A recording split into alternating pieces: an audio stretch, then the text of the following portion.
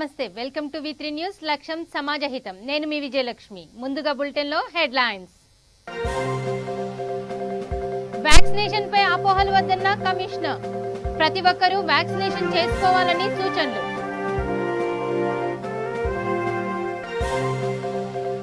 అదుపు తప్పి బోల్తా పడిన ఆర్టీసీ బస్సు 15 మంది ప్రయాణికులకు స్వల్ప గాయాలు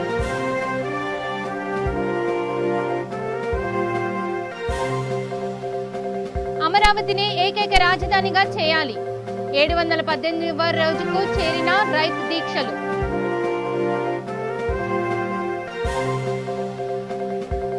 చిన్న కోరుకొండి గ్రామంలో మిర్చికి చీడలు ఆదుకోవాలని అంటున్న గ్రామీణ రైతులు ఇక డీటెయిల్స్ చూస్తే కరోనా వ్యాధికి అడ్డుకట్ట వేయాల్సేందుకు ప్రభుత్వం చేపట్టిన వ్యాక్సినేషన్ పై అపోహలు అవసరం లేదని సూర్యాపేట జిల్లా మున్సిపల్ కమిషనర్ రామానుజం రెడ్డి అన్నారు. శనివారం పట్టణంలోని 29వ వార్డు పరిధిలో ఎస్వి కళాశాలలో ఏర్పాటు చేసిన వ్యాక్సినేషన్ కేంద్రాన్ని ఆయన 29 వార్డు కౌన్సిలర్ అనంతుల యాదగిరి గౌడ్తో కలిసి పరిశీలించారు. సూర్యాపేట పట్టణంలో ఇప్పటికీ 80,000 మందికి వ్యాక్సినేషన్ పూర్తి చేశారని తెలిపారు. మరో 20,000 మందికి త్వరలోనే వ్యాక్సినేషన్ పూర్తి చేస్తామని ఆయన చెప్పారు. ఈ కార్యక్రమంలో ఆర్ఐ శివరాం రెడ్డి, కళాశాల principal doctor Venkateshwar Reddy, ward TRS party అధ్యక్షులు, వైద్య సిబ్బంది, వసుంధర ఆశా వర్కర్ నాగలక్ష్మి పాల్గొన్నారు.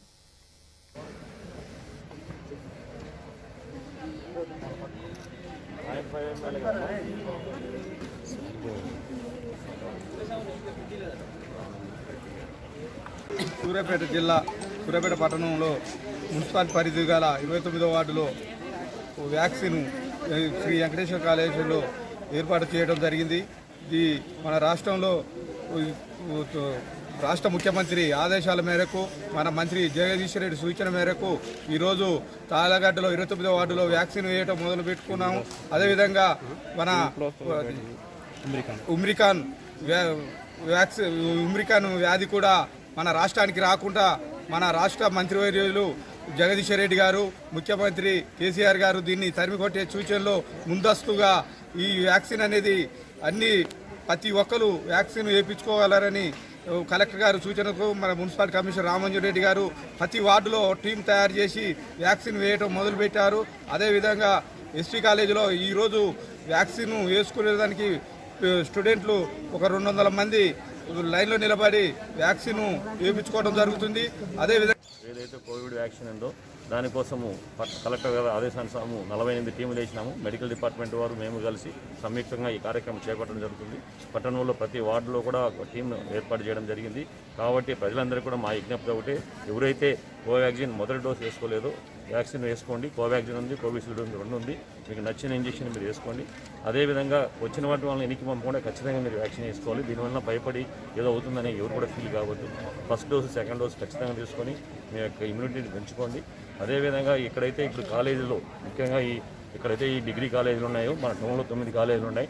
ఈ 9 కాలేజీలో ప్రత్యేక క్యాంపులు పెట్టినాము.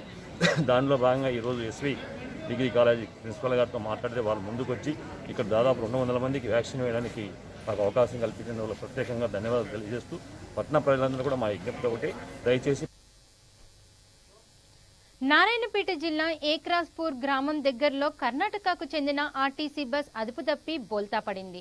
దానిలో ప్రయాణిస్తున్న 15 మందికి స్వల్ప గాయాలు అయ్యాయి. కర్ణాటక రాష్ట్రము గుల్బర్గా జిల్లా సేడం నుండి నారాయణపేట మీదుగా హైదరాబాద్కు వెళ్తుండగా శ్రీ బాలాజీ ఐటీఐ కాలేజీ వద్ద బోల్తా పడింది. గాయపడిన ప్రయాణికులను స్థానికులు జిల్లా ఆసుపత్రికి తరలించారు.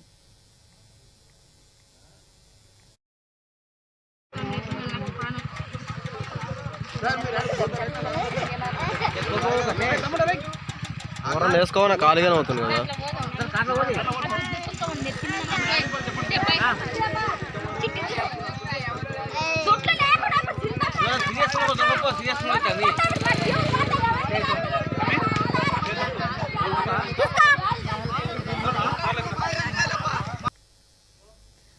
ఇక గుంటూరు జిల్లా తుళ్లూరు మండలం ఉద్గండ రాయనిపాలెంలో అమరావతినే ఏకైక రాజధానిగా కొనసాగించాలని సాగుతున్న దీక్షలు 718వ రోజుకు చేరాయి.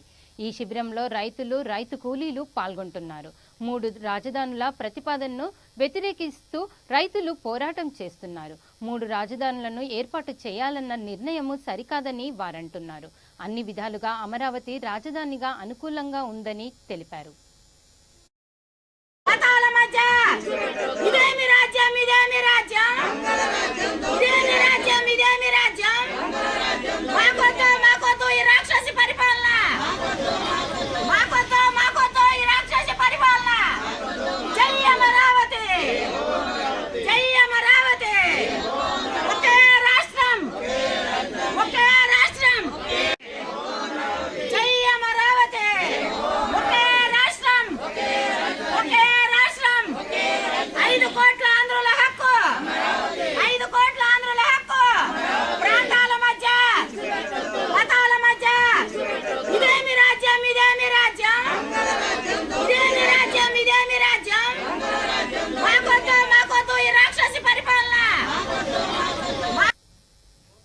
ఇక ప్రొద్దుటూరులో పలు చోట్ల ఆవులు తిరుగుతూ ప్రజలను ఇబ్బంది కలిగిస్తున్నాయని ప్రజలు మున్సిపల్ వైస్ చైర్మన్ పాతకోట బంగారు మున్సిపల్ రెడ్డికి ఫిర్యాదు చేశారు.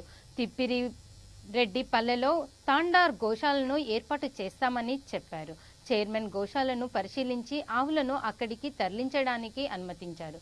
ఈ కార్యక్రమంలో కౌన్సిలర్లు పాతకోట వంశీధర్ రెడ్డి, గరికపాటి లక్ష్మీదేవి, మున్సిపల్ సిబ్బంది పాల్గొన్నారు.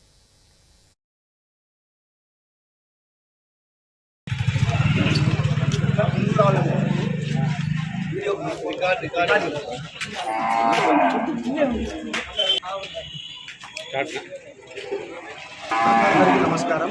ఈరోజు ప్రొద్దుటూరు పట్టణంలో ఆవుల బిడల ఎక్కువగా ఉండాలని మా మున్సిపాలిటీకి చాలాసార్లు ఫిర్యాదులు వచ్చినాయి. ఆ ఫిర్యాదుల మేరకు మైదుకూరు దగ్గర ఉండే తిప్పిరెడ్డిపల్లె తాండాకు సంబంధించి సుగాలి వాళ్ళు వచ్చి మనల్ని అడగడమైంది. ఇక్కడ ఉండే కొన్ని ఆవులను మాకు ఇస్తే మేము సాక్కుంటామని చెప్పినారు. మేము కూడా పోయి అక్కడ ఎంక్వైరీ చేసినాం. వీళ్ళు సాక్కుండే వాళ్ళే కొండకు దూరుకుంటారు. వీళ్ళకు కూడా గతంలో చాలా ఆవులు ఉన్నాయి, ఇప్పుడు కూడా ఆవులు ఉన్నాయి వాళ్ళకు. కాబట్టి వీళ్ళందరికీ మేము ఈరోజు ట్రైల్గా ఒక 5 ఆవులు 10 ఆవులను ఇక్కడి నుంచి దూడలు పట్టిస్తున్నాము. ఈ తీసుకొని పోయి ఈ మేపు తింటే అక్కడ ఉండే మేపు తింటే మిగతాయి కూడా వచ్చి తీసుకొని పోతామంటున్నారు. కాబట్టి ఈ విధంగా ఇంకా ఎక్కడైనా సుగాలి వాళ్ళు కానీ హిందువులు ఎవరైనా సరే మేము తీసుకొని దీనిని సాక్కుంటాము అనే వాళ్ళు వస్తే మేము వాళ్ళని పరిశీలించి సాక్కుండే వాళ్ళ లేకుంటే ఇంకొక రకంగా దీనిని వేరే విధంగా తీసుకునే వాళ్ళ అనేది చూసి మేము ఇది వాళ్ళకు అప్పచెప్తామనేది మేము ప్రొద్దుటూరు ప్రజలందరికీ తెలియజేస్తున్నాం. మున్సిపాలిటీ వాళ్ళని సంప్రదిస్తే నెక్స్ట్ ఎవరన్నా వచ్చి ఈ విధంగా కావాలంటే వాళ్ళను మిగతా యాక్షన్ తీసుకుంటాం. వాళ్ళపైన వాళ్ళకి ఏదైనా ఇచ్చేదానికి మేము అంటే ఈరోజు ప్రొద్దుటూరు పురపాలక సంఘంలో మనకి 1000 పైన కలిసి అన్ని చోట్ల నుంచి కంప్లైంట్ రావడం జరుగుతుంది. 10 వీధిలో నుంచి ప్రజల దగ్గర నుంచి కూడా. ఇక్కడ మెయిన్ ఇష్యూ ఏమవుతుందంటే పశువులు ప్లాస్టిక్ తినడము, చనిపోవడం ఒకటి జరుగుతుంది. అలాగే ట్రాఫిక్ అంతరాయం కలిగించడం, శానిటేషన్ కూడా ఇబ్బంది కలిగించడం కూడా జరుగుతూ ఉంది. మనం ఆల్రెడీ ప్రొద్దుటూరు ప్రజలు ఎవరైతే ఆవుల పశువుల యజమానులు ఉన్నారో వాళ్ళందరికీ కూడా నోటీస్ ఇవ్వడం జరిగింది.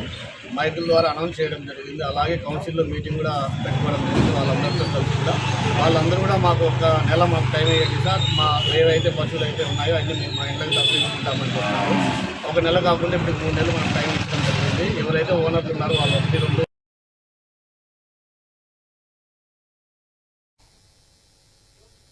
ఇక పెద్ద పలకలూరులో ward corporator ఎరువ Sambireddy one time settlement పై ప్రజల్లో అవగాహన కల్పిస్తున్నారు.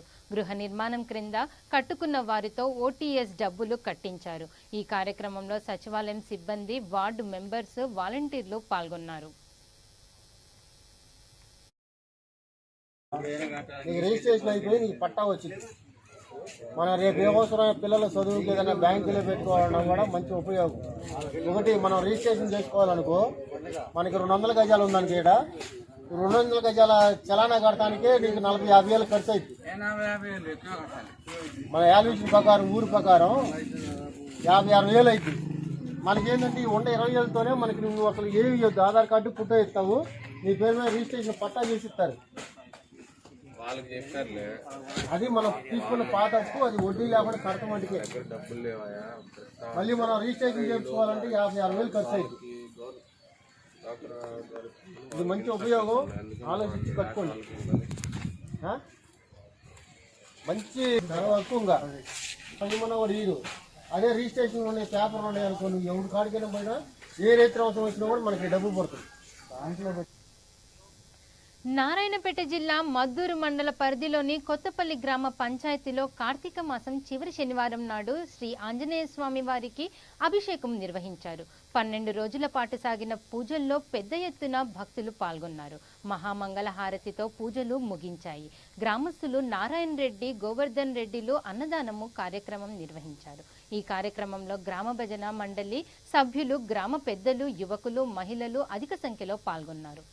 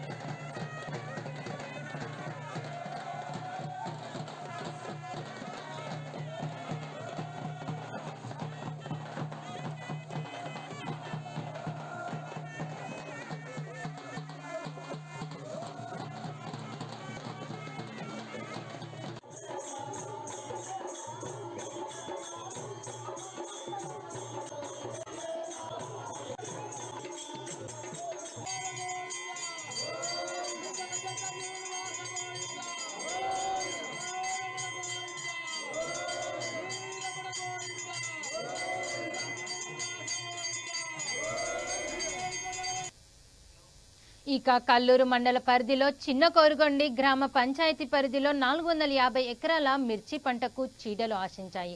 60% మంది రైతులు నష్టపోయారని ప్రభుత్వం వారిని ఆదుకోవాలని బీజేపీ మాజీ రాష్ట్ర కౌన్సిలర్ ఈవూరి నాగేశ్వరరావు కోరారు. మిర్చి రైతులకు లక్షల రూపాయలు పెట్టుబడి పెట్టి పంట చేతికొచ్చే సమయంలో పురుగు ఆశించి రైతులు నష్టపోతున్నారని తెలిపారు. తామర పురుగులు ఆశించి పంట కోల్పోతున్నారని ఆయన అన్నారు. బట్టే ఉంటుంది కదా.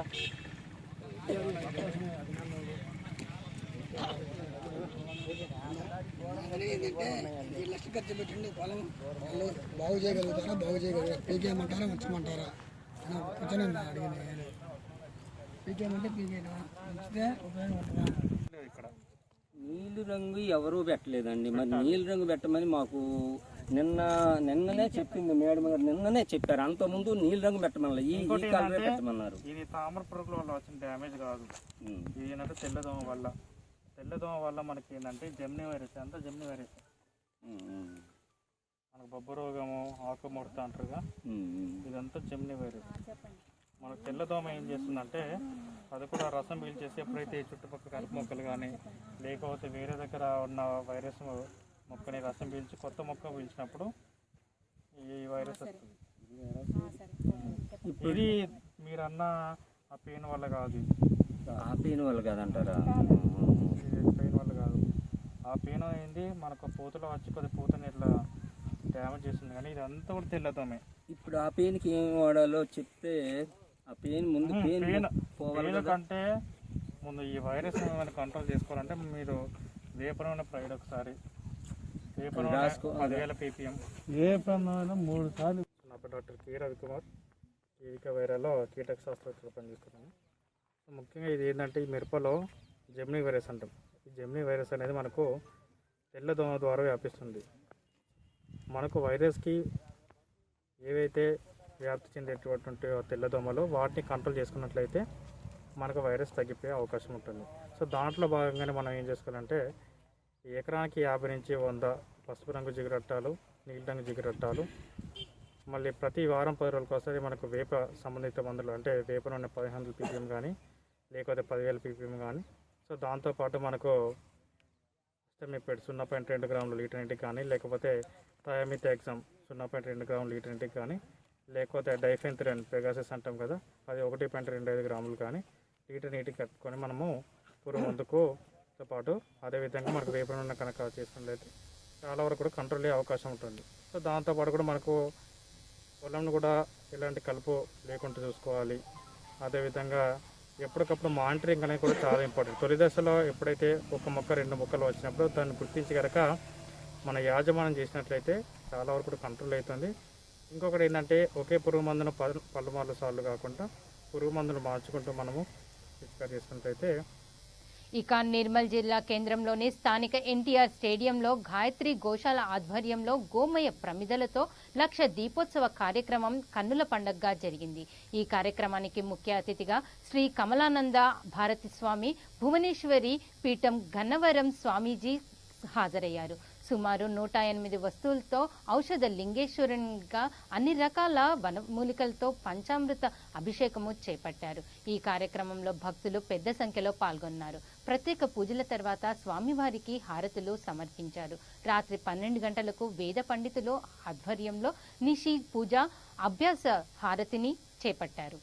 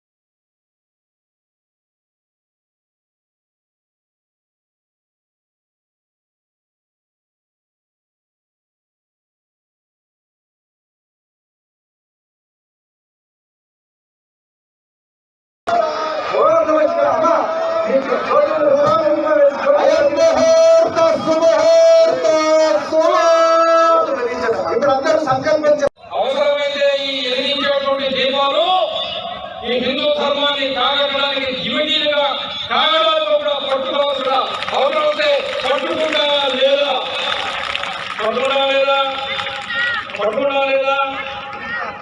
పూజ ఎందుకు చేస్తున్నానంటే, నేను హోమం ఎందుకు చేస్తున్నానంటే, నేను యాత్ర ఎందుకు చేస్తున్నానంటే, ఈ మాల ఎందుకు చేస్తున్నానంటే హిందువులు కాబట్టి అనే పదాన్ని, హిందూ పదాన్ని కూడా సంకల్పంలో చేర్చుకొని చెప్పండి. చెప్పలవుతా దండయాత్ర చేసావా, ఎవరినైనా నాశనం చేసావా, ఏ మతమైనా ఉండదన్నావా, మరో దేవుడు లేడన్నావా, మరో సంస్కృతి నాశనం చేస్తా ఉన్నావా, మరో మతాన్ని నాశనం చేస్తా ఉన్నావా? ఏ మతాన్ని నాశనం చేయని, సంస్కృతిని నాశనం చేయనటువంటి హైందవ జాతి గర్వంగా మేము హిందువులు అని చెప్పుకోవాలా? నిద్రలేస్తే మీ సంగతి చూస్తామని గర్వంగా చెప్పుకోవాలా? ఈ కార్యక్రమం చేయడం ద్వారా, ఈ కార్యక్రమం నిర్వహించడం ద్వారా, ఈ కాషాయ జెండాలు ఎగరేయడం ద్వారా పరమశివుడికి ఈరోజు జలం. ఇక నిజామాబాద్ జిల్లా రూరల్ నియోజకవర్గం జక్రాన్పల్లి మండలంలో వరి ధాన్యం కొనుగోలు చేయాలని రైతులు కోరారు. రైతులకు ఇబ్బందులు కలగకుండా అధికారుల సహకారంతో చర్యలు తీసుకుంటున్నామని అన్నారు. రైతులకు వరి ధాన్యం డబ్బులు తొందరగా ఖాతాల్లో వేయాలని కోరారు. ఈ కార్యక్రమంలో రైతులు, కూలీలు పాల్గొన్నారు. కేశపల్లి గ్రామంలో వరి కొనుగోళ్లు ఎంతవరకు జరిగాయి, ఈ ఏవైతే కొనుగోలు జరిగిన వెంటనే రైతులకు డబ్బులు పడుతున్నాయా లేదా, నెక్స్ట్ రైస్ మిల్లర్ల నుంచి ఏమన్నా ఇబ్బందులు ఉన్నాయా, ఈ విషయాలన్నీ తెలుసుకునేదానికి ఇక్కడ మనతో పాటు డైరెక్టర్లు ఉన్నారు.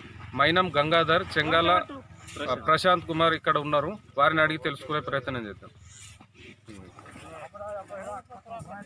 చెప్పండి, మీ గ్రామంలో ఎట్లా జరుగుతున్నాయి కొనుగోళ్లు? కొనుగోలు కేంద్రం అంటే ఇప్పటి వరకు అయితే సాఫీగానే జరుగుతుంది. మాకేంటంటే వర్షం పడతామని మధ్యలో చాలా భయపడినాం, కానీ వర్షం పడలేదు. భగవంతుడు మమ్మల్ని మంచిగా కాపాడాడు. వర్షం పడే వరకే మాకు చాలా ఇబ్బందులు ఎదుర్కొంటుంటాము. ప్రస్తుతానికి 52 లారీలు పోయినాయి. ఇంకొక 7-8 లారీల దాకా జోకటి ఉన్నాయి. అవి కూడా 2-3 రోజులలో కంప్లీట్ అయ్యే ప్రయత్నం చేస్తున్నాము. ఇప్పటి వరకు అయితే ఇబ్బందులు ఏం కాలేవు. డబ్బులో కొద్దిగా ఇబ్బంది ఉన్నది. డబ్బులు ఫస్ట్ పోయిన నుంచి ఒక 5 లారీలే వచ్చినాయి. ఇంకా ఒక వారం కానీ 2-3 రోజులలో వరకు మీ గ్రామంలో రైతులకు ఏమైనా ఇబ్బందులు జరిగినాయి? కొనుగోలు విషయంలో ఎలాంటి ఇబ్బంది ఏం లేదు. ఆ మధ్యలో కొద్దిగా ఇదైనప్పుడు రైతులు కిడబడ అయ్యిండ్రు. అది వర్షం ఇక్కడ వరకు రాలేదు దేవుడి దయ వల్ల. ఇప్పుడు సజావుగానే సాగుతుంది కొనుగోలు కేంద్రం. ఇంకా 10 లారీల వరకు ధాన్యం ఉంది. అది అధికారులు తొందరగా చర్య తీసుకొని పంపిస్తే చాలా బాగుంటుంది. మళ్ళీ బంగాళాఖాతంలో అల్పపీడనం ఏర్పడిన సో వర్షాలు పడితే చాలా ఇబ్బందులు పడతారు రైతులు. అధికారులు సహకరించగలరు. అయితే ఇక్కడ ఇప్పటి వరకు కొనుగోలు కేంద్రంలో కొనుగోలు జరిగినటువంటి బ్యాగ్స్ ఏవైతే ఉన్నాయో అవి అప్రాక్సిమేట్లీ 36,000 బ్యాగ్స్ దాకా వెళ్ళిపోయినాయి. ఇంకొక 6,000 బ్యాగ్స్ వరకు గ్రౌండ్ బ్యాలెన్స్ ఉన్నాయి. ఒక 4-5 రోజుల్లో ఇది కూడా కంప్లీట్ చేసే ప్రయత్నంలో ఉన్నాము. ఇప్పటి వరకు మరి అందరూ నాకు సహకరించారు. ఇక ముందు గ్రామ రైతు మనతో పాటు ఉన్నారు. బులెటిన్ ముగించే ముందు హెడ్లైన్స్ మరోసారి చూద్దాం. వ్యాక్సినేషన్ పై అపోహలు వద్దన్న కమిషనర్, ప్రతి ఒక్కరూ వ్యాక్సినేషన్ చేసుకోవాలని సూచనలు.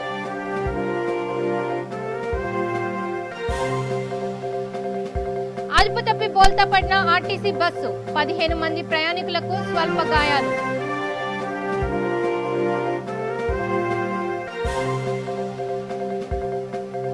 అమరావతినే ఏకైక రాజధానిగా చేయాలి.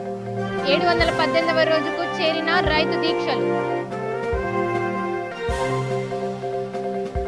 చిన్న కోరుగంటి గ్రామంలో మిర్చికి చీడలు, ఆదుకోవాలని అంటున్న గ్రామీణ రైతులు. ఇది bulletin updates. Keep watching V3 news. లక్ష్యం సమాజహితం.